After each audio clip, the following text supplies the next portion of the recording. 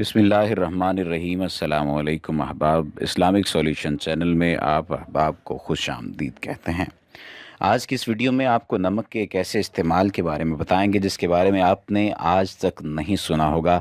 लाजमी तौर पर यह आपके लिए एक हैरत अंगेज़ इजाफे वाली मालूमात होंगी, यानी आपकी मालूमात में एक हैरत अंगेज़ इजाफा होगा। अगर आपने अभी तक हमारे चैनल को सब्सक्राइब नहीं किया तो सब्सक्रिप्शन का बटन दबाकर सब्सक्राइब करना मत भूलिए। इसके अलावा आप हमारे वीडियोस को लाइक्स भी किया कीजिए। तो सबसे पहले आपको नमक के फ़वाइद के बारे में आपको बताएं कि नमक का क्या फ़ायदा हो सकता है और नमक के फ़वाइद किस किस तरह से हासिल किए जा सकते हैं। सबसे पहली जो बात है वो ये है कि बाज़ औक़ात हमारे घरों में मनफी तवानाइयों का पड़ाव होने की वजह से घर में लड़ाई झगड़े होने लगते हैं।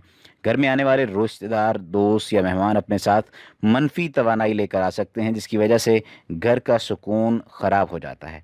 अगर आप जानना चाहते हैं कि घर में मनफी तवानाई तो अपना काम नहीं कर रही, तो आपको एक तरीक़ाकार बता रहे हैं। इस तरीक़ाकार पर अमल कीजिए और फिर आपको मालूम हो जाएगा कि मनफी तवानाई काम कर रही है या नहीं कर रही, और फिर उस मनफी तवानाई को किस तरह से ख़त्म करना है वो भी तरीका हम आपको बताएंगे। एक साफ़ शीशे का गिलास लें और इसमें 1/3 तक समुद्री नमक डालें। अब उसमें पानी डालकर भर दें और घर के उस हिस्से में रखें जहां आप समझते हैं कि मनफी तवानाई ज़्यादा है। गिलास को उस जगह 24 घंटे तक पड़ा रहने दें और बिल्कुल भी ना हिलाएं। अगर पानी शफाफ रहे तो इसका मतलब यह है कि घर का ये हिस्सा क्लियर है। अब उसी तरीके से घर के किसी और हिस्से को जांचें। अगर कहीं गिलास में मौजूद पानी का रंग तब्दील हो जाए तो इस तरीके को दोबारा दोहराएं। पानी के रंग की तब्दीली का मतलब है कि आपके घर में मनफी तवानाई मौजूद है, लिहाजा इबादत के ज़रिए इस हिस्से को आपने साफ़ करना है।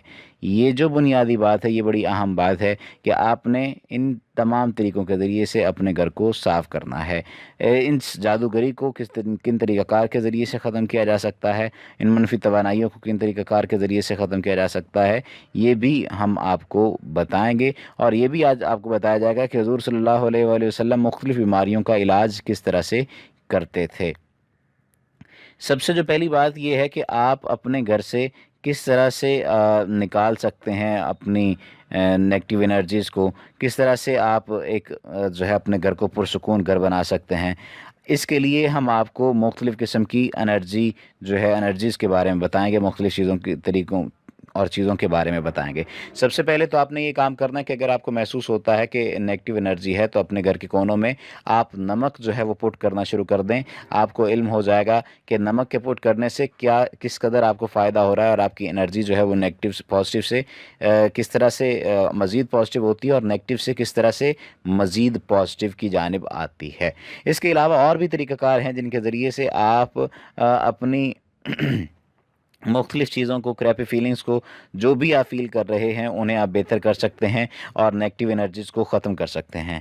बैड एनर्जी आप अपने रूम से, अपने घर से, हत्ता कि अपने अंदर से भी आप इसको ख़त्म कर सकते हैं। सबसे पहला जो तरीका है वो है गो ग्रीन का, यानी प्लांट्स जो होते हैं, जो पौधे होते हैं, ये एक नेचुरल ऐसी चीज़ है, नेचुरल फ़िल्टर होता है नेगेटिव एनर्जी को जो है वो निकालने का।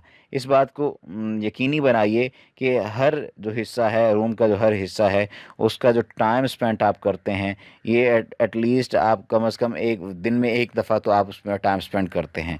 चाहे आप जो है वो एक रात सोएं अपने घर में आकर, चाहे 2 रातें सोएं, चाहे किसी भी वक्त सोएं, आप कम से कम उसमें टाइम तो स्पेंड आप लाजमी करते हैं। ऐसा नहीं है कि आप उसमें टाइम स्पेंड नहीं करते, टाइम स्पेंड आप लाजमी करते हैं।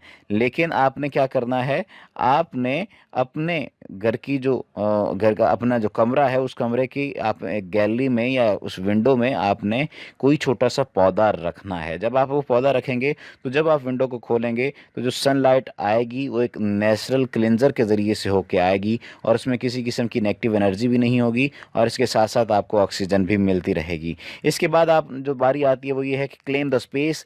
अगर आप ये फ़ील कर रहे हैं कि मुख्तलिफ़ चीज़ें आपके सामने हैं या कोई चीज़ आपके आगे पीछे सफ़र कर रही है, तो आप ये क्या करें कि आप अपनी जगह वहाँ पर तलाश करें और एक ऐसी जगह पर जाकर जो है वो अपनी एनर्जी को तब्दील करें, यानी अपनी सोच को तब्दील करें कि आपको एहसास तक ना हो कि हाँ भाई, ये जो जगह है या ये जो मसला है इसको किस तरह से हल किया जा सकता है। यानी जिस जगह पर आपको मालूम हो रहा हो कि ये जगह नेगेटिव एनर्जी से भरपूर है, उस जगह को ख़त्म कर दें, उस जगह को आप छोड़ दें और उस जगह को छोड़कर आप आगे चले जाएं। जादूगरी और असेब का असर बिलाशुबा एक शैतानी अमल है और कुरान करीम के मुताबिक ये खबीस इंसानों और जिन्नों का फ़ेल है। तारीख़ी तौर पर इस कुफ्रिया फ़ेल का इर्तिकाब सबसे ज़्यादा यहूद व नसारा ने किया है। अहले इस्लाम भी इस गुनाह के मुर्तकब हुए हैं, हालांकि तीनों समावी मज़ाहिब में इसकी शदीद तरीन वईद सुनाई गई है। जिस तरह अल्लाह ताला ने हर मरज़ की दवा पैदा की है, इसी तरह इस शैतानी अमल का इलाज भी उसने अपने बंदों को समझाया है। तवील अरसे से ये तशवीश थी कि मनफी और गलत जहनीत के लोग जादू या उसके इलाज को अपने मज़मूम मकासद की खातिर इस्तेमाल करते हैं, जिनका सदेबाब करना इंतहाई ज़रूरी है। फिर उस पर मज़ीद हसरत और अफसोस उस वक्त होता है कि जब इन शैतानी अमाल व अफ़ाल का इस्लाम के नाम पर इर्तिकाब किया जाता है। चुनांचे ये मज़मून उसी सिलसिले की एक काविश है जो आज आप तक पहुंचाया जा रहा है, जो आज आपको सुनाया जा रहा है और जिसकी वीडियो आप देख रहे हैं। आपको ये बात बताई जाए कि 5 चीज़ें हुआ करती हैं जिनमें से जिनका इलाज जो है वो मुख्तलिफ़ चीज़ें, मुख्तलिफ़ 3 शरात के साथ दम करना जायज़ है, यानी उनका दम किया जा सकता है। पहला यह है कि दम कलाम इलाही, अस्माए हुस्ना, सिफ़ात बारी ताला के ज़रिए से या मसनून दुआओं से भी आप दम करते रहते हैं और नेगेटिव एनर्जीज़ और इसके अलावा जो मुख्तलिफ़ आपके जहन में जो चीज़ें चल रही होती हैं या जो आपके घर में मुख्तलिफ़ चीज़ें काम कर रही होती हैं, उनसे बचाव हासिल होता है। उलमा कराम का इस बात पर इजमा है कि 3 शराइत के साथ दम करना जो है वो जायज़ है। पहला ये कि दम कलाम इलाही, अस्माए हुस्ना, सिफ़ात बारी ताला के ज़रिए से या मसनून दुआओं से होना चाहिए। दूसरा है दम मसनून अल्फाज में और ख़ालिस अरबी ज़ुबान में हो, कुरानी आयात और दुआओं का तर्जुमा ना हो। उसके बाद है दम करने और करवाने वाले का अकीदा ये हो कि दम बज़ाते ख़ुद मुयस्सर नहीं बल्कि शिफा देने वाली सिर्फ़ अल्लाह ताला की ज़ात है। दम वगैरह तो उसके हुजूर महज इल्तिजा और दरख्वास्त हैं। ये तीनों शराइत के अलावा भी मज़ीद कुछ आदाब हैं जिनकी तरफ मुख्तलिफ़ किताब रुक़िया और शरिया में इशारा किया गया है। इनमें से चंद एक अहम तरीन बहुत सारी बातें हैं।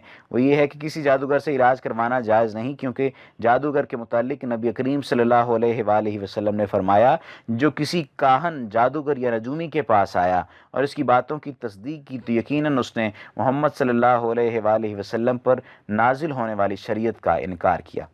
एक और हदीस में है कि जो आदमी काहन के पास आया और उससे किसी चीज़ के मुतालिक सवाल किया तो उसकी 40 दिन की नमाज कबूल नहीं की जाएगी।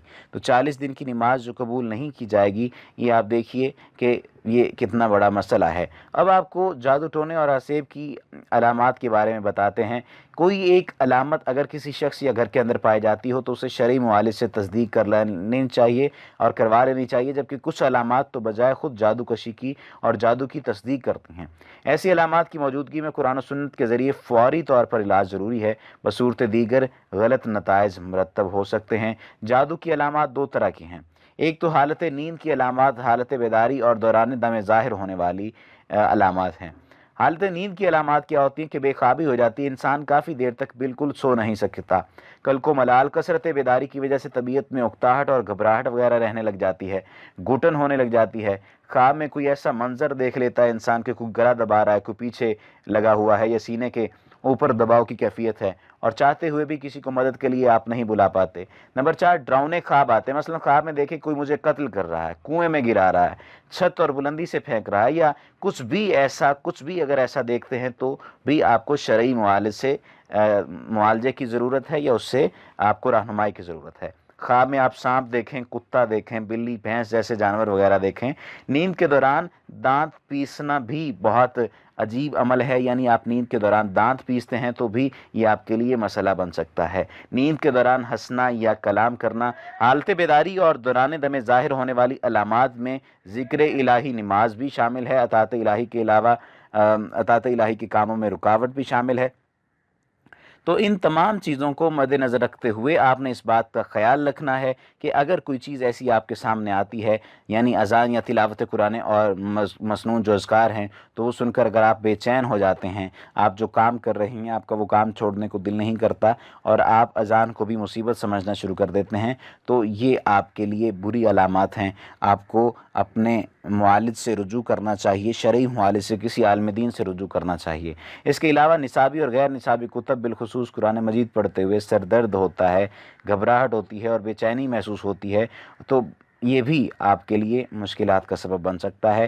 دائمی سر درد ہو، کسی عضو میں ایسا درد ہو کہ طب انسانی اس کے علاج سے عاجز آ چکی ہو، تو آپ یہ سمجھ لیجئے کہ آپ پر منفی اثرات ہیں اور جادو کے اثرات ہیں، اور جادو کے اثرات کو دور کرنے کے لیے سب سے بنیادی جو کام کرنا ہے آپ نے، وہ نمک کا کرنا ہے، یعنی نمک کو استعمال کرنا ہے، اس کے ذریعے سے معلوم کرنا ہے، اور پھر بہت سارے باقی علاج آپ کی خدمت میں حاضر ہوں گے۔